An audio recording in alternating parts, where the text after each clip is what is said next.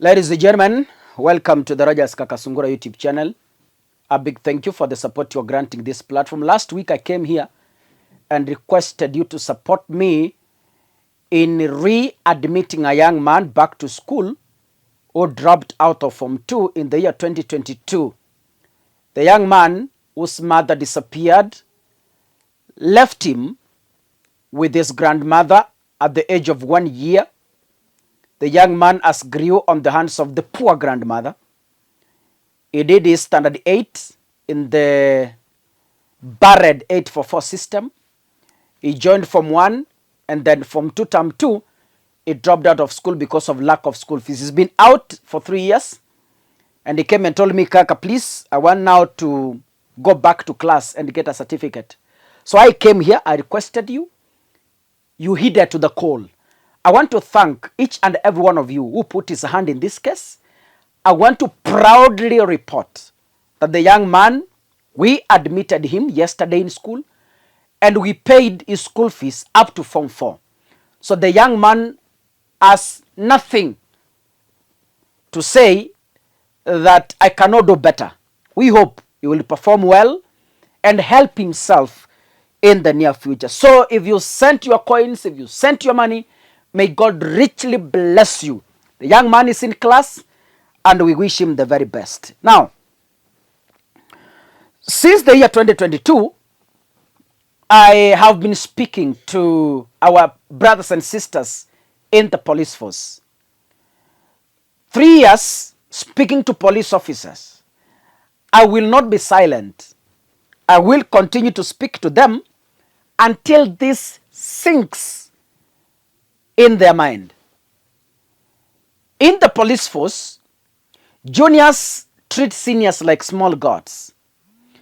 I have seen instances where a junior police officer in Kakamega gets a call from a senior in Nairobi. It's just a phone call. Now your junior anapiga salute. Yes sir, hello. Hello afande. You know, that respect. Iyo heshima. Iyo heshima is being misused in sacrificing juniors when there is a problem. In the case of this young man, Alberto Juang, who is said to have died in the police custody after brutally being beaten, juniors were instructed by the seniors. And the complainant is very clear. He has not denied that he was not the complainant. The DIG says, I am the complainant. But the junior officers were sent to effect the orders. If indeed the police officers killed Albert Juang, I want to give them a message.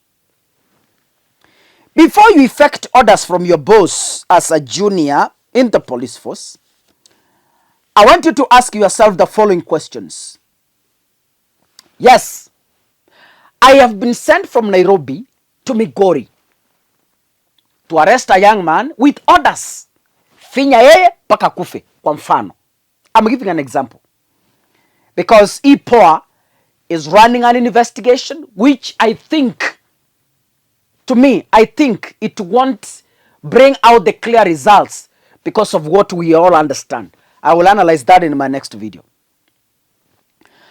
As a junior police officer, before you effect orders from your senior, ask yourself the following questions. What will happen after those orders? Question number 1. Should anything go wrong, will the boss sacrifice himself on our behalf? The second question. The third question. If you are sacrificed as a junior, who will feed your family? You've been sent to effect orders by the boss. It backfires. If it backfires, and by any chance you get sacrificed by the boss, which is the obvious, because in Kenya, mostly it is the juniors who are sacrificed. Like in this case,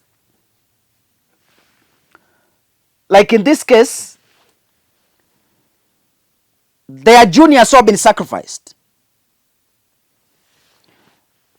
The police officers who have been named to have been interdicted pending investigations include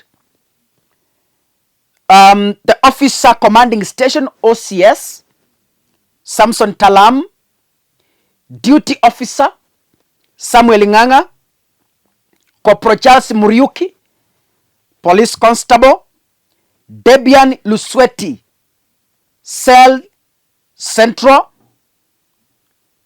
No, wacha nisome vizuri. The officer commanding station, that is the OCS, Samson Talam, duty officer Samuel Nganga, Corporal Charles Muriuki, police constable Debian Lusweti, cell central Peter Kimani, and report office personnel Evelyn Kanyiri. Those are the police officers who have been interdicted in the murder of Albert Ojwang.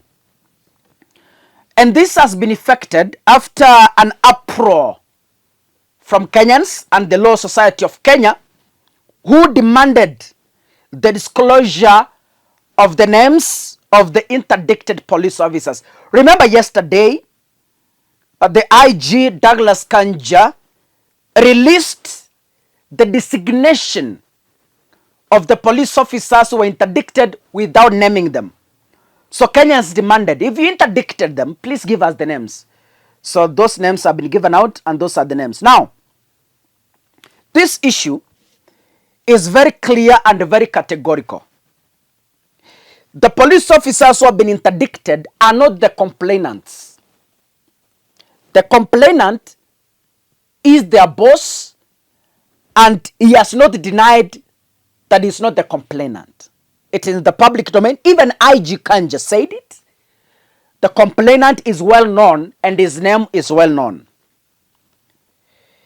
If the complainant is well known, then the people being sacrificed here were acting on orders.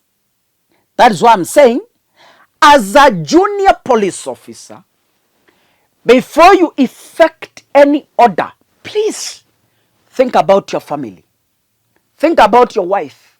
Think about your children. In most instances in Kenya, seniors will never ever sacrifice themselves on behalf of the juniors. Always, when there's a problem, it is the juniors who face the axe. I have been telling you this severally, but ni kama hamsikii. Sasa kama hamsikii, kuleni ujeuri yenu. God bless you. See you in the next episode. Asanteni sana.